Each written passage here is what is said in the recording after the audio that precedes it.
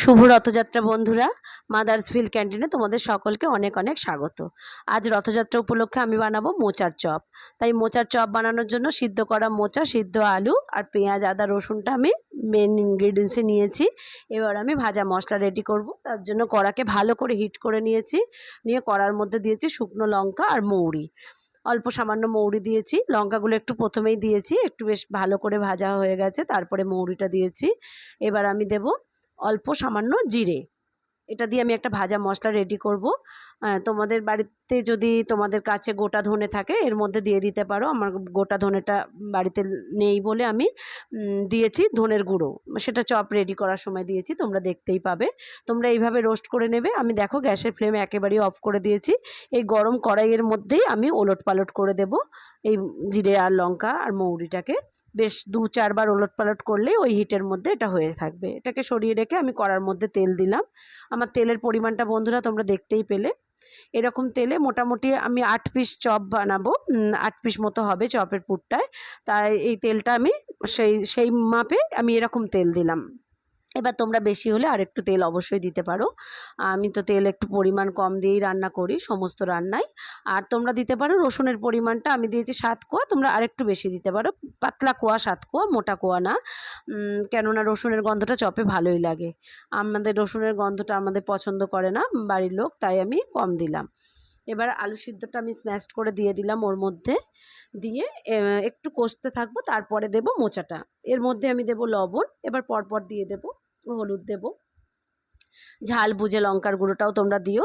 আর দেব ধনের গুঁড়ো। ধনের গুঁড়ো তোমরা যদি ধনেটা ওর মধ্যে গুঁড়ো করে নাও তাহলে না দিলেও চলবে। আর কিন্তু ধনেটা তোমরা একেবারে স্কিপ করবে না, ধনের গন্ধটা খুব ভালো লাগে চপের মধ্যে। আর তো ভাজা মশলার ফ্লেভারটা তো আছেই। তা ঝালটাও তোমরা লঙ্কা বুঝে দেবে, ঝাল ঝাল হলে চপটা ভালোই লাগে। আর এবার সেইটা বুঝে তোমরা ঝাল দেবে, বা কাঁচা লঙ্কা বেটেও দিতে পারো আদার সাথে। অনেকেই গুঁড়ো লঙ্কা খায় না, বা তোমরাও খাও না অনেকে, তোমাদের মধ্যে এমনও আছো। তারা কাঁচা লঙ্কা বেটে দেবে, সেটাও খুব সুন্দর ফ্লেভারটা হয়। কাঁচা লঙ্কা বাটার, আমি বাটার ঝামেলায় যাইনি বলে, যেহেতু আমি কুড়িয়ে দিয়েছি তাই কাঁচা লঙ্কা দিলাম না। আমি যদি পেস্ট করতাম অবশ্যই কাঁচা লঙ্কা দিতাম। এবার আমি সিদ্ধ করা মোচাটা দিয়ে দিলাম। এইভাবে বন্ধুরা তোমরা চপটা বানিয়ে খেয়ে দেখো, বর্ষার বিকেলে সত্যিই খুব ভালো লাগবে। আর বাজার চলতে যে তেল চিপচিপে চপ আমরা কিনে আনি তার মতো একেবারেই হবে না। চপের গায়ের তেল দেখলেই তো একটা অস্বস্তি হয়, তখন চপ খাবার ইচ্ছেটাই চলে যায়। কিন্তু এইভাবে তোমরা বানিয়ে খেয়ে দেখো, আশা করি তোমাদের খুবই ভালো লাগবে। চপটা অসাধারণ খেতে হয়। বাজার চলতি যে তেল চিপচিপে চপ তার মতো না, কিন্তু টেস্টটা ওরকমই হবে। আর টেস্টের কোনো হেরফের হবে না, কিন্তু তোমাদের চপের গায়ে তেল লাগাটা একদমই থাকবে না। তোমরা একবার হলেও বানিয়ে দেখো। এইভাবে পুরটা আমি রেডি করছি, তোমরা দেখো পুর তোমরা বুঝতেই পারবে। চপের যে পুরটা হবে সেটা কড়ার গা থেকে আপনা থেকেই সরে আসবে, তাহলেই বুঝতে পারবে পুরটা রেডি। বেশ শেষের দিকে এসে গেছে। আমি এবার সামান্য একটু চিনি দিলাম আর ভাজা মশলাটা দিলাম।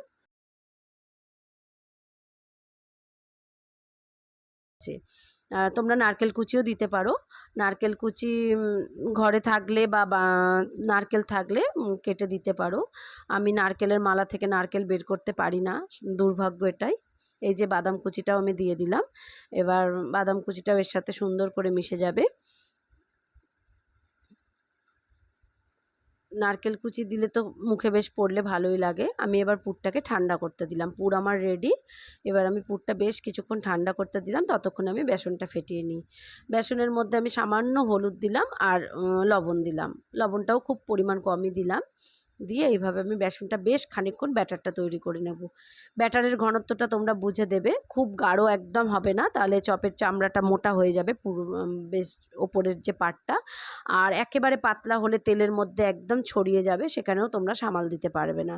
তাই ব্যাটারের ঘনত্বটা তোমরা প্রথমে গাঢ় করে রেখে দেবে, ফেটিয়ে। তারপরে দেখবে যখন ঢাকনা খুলে দেখবে কেমন কি ঘনত্ব, তখন বুঝে তোমরা জল দিয়ে রেডি করবে। আশা করি তোমরা এইটুকু বুঝতেই পারবে। আর এইভাবে আমি ব্যাটারটা করলাম, করে রাখলাম। এবার আমি একটা প্লেটের মধ্যে নিলাম গুঁড়ো আটা, যে রুটি বানাই আমরা যে আটা, সেই আটা নিলাম। আর নিলাম একটা পলিথিন। তোমরা যে কোনো পলিথিন নিতে পারো, ক্যারি প্যাকেট নিতে পারো। আমি ওই যেটায় বেসন ছিল প্যাকেটটা, ওটাই কেটে নিয়ে নিলাম। নিয়ে আমি এবার এইভাবে চপগুলো রেডি করব। তোমরা বুঝতে পারবে যে তেল চিপচিপের কথা কেন বলছি। চপটা যে তোমরা এইভাবে হাতে বানাবে, তোমাদের হাতে এতটুকুও লাগবে না, তোমাদের মালুম পাবে না যে তোমরা চপ বানিয়েছো হাত দিয়ে, এতটাই হাতটা পরিষ্কার থাকবে। তোমরা এইভাবে চপ বানিও বন্ধু। আর বন্ধুরা, আমার ভিডিও যদি ভালো লাগে তাহলে একটু লাইক করো, আর ভিডিওটা সবার মধ্যে একটু প্লিজ শেয়ার করে দিও। আর চ্যানেলটা আমার একেবারেই নতুন, তোমরা যারা নতুন বন্ধু তারা সাবস্ক্রাইব করে রেখো, নতুন নতুন অনেক রকমের রান্না পাবে। আর পাশে থাকা বেল আইকনটাও প্রেস করে দিও, তাহলে নোটিফিকেশানটা সবার আগে তোমাদের কাছেই পৌঁছে যাবে। আমি মোটামুটি রান্না আমি ডেলি আপলোড করি। আমি রান্না করতে ভালোবাসি, আর আমার ঘরোয়া রান্না বেশি, স্পেশাল রান্না খুবই কম। স্পেশাল রান্না দেখাতে চাইলে আমি সব দিন পারবো না, কারণ বাড়িতে তো রোজ স্পেশাল রান্না হয় না। তাই আমি ঘরোয়া যে কোনো রান্নাই আমি মোটামুটি একটু রান্নাগুলো দেবার মতো হলে, যদি বুঝি যে কারোর কাজে লাগবে, তাহলে আমি সেটা আপলোড করি। তোমরা চ্যানেলটা অবশ্যই সাবস্ক্রাইব করে রেখো, আর অবশ্যই একটু বন্ধুদের মধ্যে শেয়ার করে দিও, এটা আমার তোমাদের কাছে অনুরোধ রইল। দেখো তোমরা, আশা করি তোমাদের খুবই ভালো লাগবে। আর আজকে শুভ রথযাত্রার দিন, এই আজকের দিনে বিকেলবেলা যদি 1 কাপ গরম দুধ চা ধোয়া ওঠা, তার সাথে একটু পাঁপড় ভাজা, আর এরকম যদি একটু চপ পাওয়া যায়, তাহলে তো বিকেলটা একদম জমে যাবে। আর সবাইকে খুবই সবার ভালো লাগবে, সবার প্রশংসা অবশ্যই পাওয়া যাবে। তোমরা দেখো এইভাবে, এই যে ব্যাটারটার ঘনত্বটা তোমরা বুঝতে পারছো, এইরকম ঘনত্ব হলেই তোমরা জানবে ব্যাটারটা রেডি। এইভাবে আমি এবার প্রথমে বেসনের মধ্যে চুবিয়ে এবার হাতটা একটু চেঁচে নেবে, নিয়ে উল্টে দিয়ে তেলের মধ্যে দিয়ে দেবে, তাহলে দেখবে কোনো রকম তোমাদের অসুবিধা হবে না। আর যারা তোমরা নতুন রান্নাঘরে ঢুকছো তাদেরকে অবশ্যই বলবো, তোমরা একটু সাবধানে কাজ করো। আর তেলের ব্যাপার তো, তেল ছিটকে লাগলে তোমাদের গায়ে ক্ষতি হতে পারে, তাই তোমরা খুব সাবধানে করো। এইভাবে আস্তে আস্তে তোমরা উপরে একটু তেল ছিটিয়ে দেবে, তাহলে দেখবে চপের চামড়াটা একদম ফুলে উঠবে। যখনই ফুলে উঠবে ভাববে যে চপ একদম তোমাদের দারুণ মানে রেডি হচ্ছে, আর সুন্দর চামড়াটা বেশ আলাদা হয়ে যাবে। আর গ্যাসের ফ্লেমটা সব সময় মিডিয়াম রাখবে, মিডিয়াম টু হাই, একদম লোয়ে রাখবে না। কখনোই পকোড়া চপ এসবের ক্ষেত্রে গ্যাসের ফ্লেম লো রাখা উচিত না, কেননা লো রাখলে তেল তাড়াতাড়ি ঠান্ডা হয়ে যায়, আর সেই তেলটা ওগুলোর মধ্যে টেনে নেয়। তাই আমরা সব সময় মিডিয়াম টু হাই রাখার চেষ্টা করব। এইভাবে তোমরা চপ বানিয়ে খেও বন্ধুরা, আশা করি তোমাদের খুব ভালো লাগবে। আর বেশ খানিকক্ষণ ধরে ভাজবে তোমরা, একদম লাল লাল করে ভাজবে। তোমাদের অন্য কাজ থাকলে এর ফাঁকে তোমরা কাজ করতে পারো, কিন্তু লক্ষ্য রাখতে হবে অবশ্যই যেন পুড়ে না যায়। হ্যাঁ, পুড়ে গেলে জিনিসটা দেখতে বাজে হয়ে যায়, খেতেও একটা পোড়া তিতকুটে ভাব এসে যায়। এই আমার 1 পিঠ হলো, এবারে এইভাবেই আমি 2 পিঠ পুরো লাল লাল করে ভাজবো, একদম মানে বেশ লাল করে সুন্দর করে ভাজবো মিডিয়াম ফ্লেমে। তোমরা এইভাবে বানিও, আশা করি তোমাদেরও খুব ভালো হবে বানানোটা। আর তোমরা খেয়ে দেখো বন্ধুরা।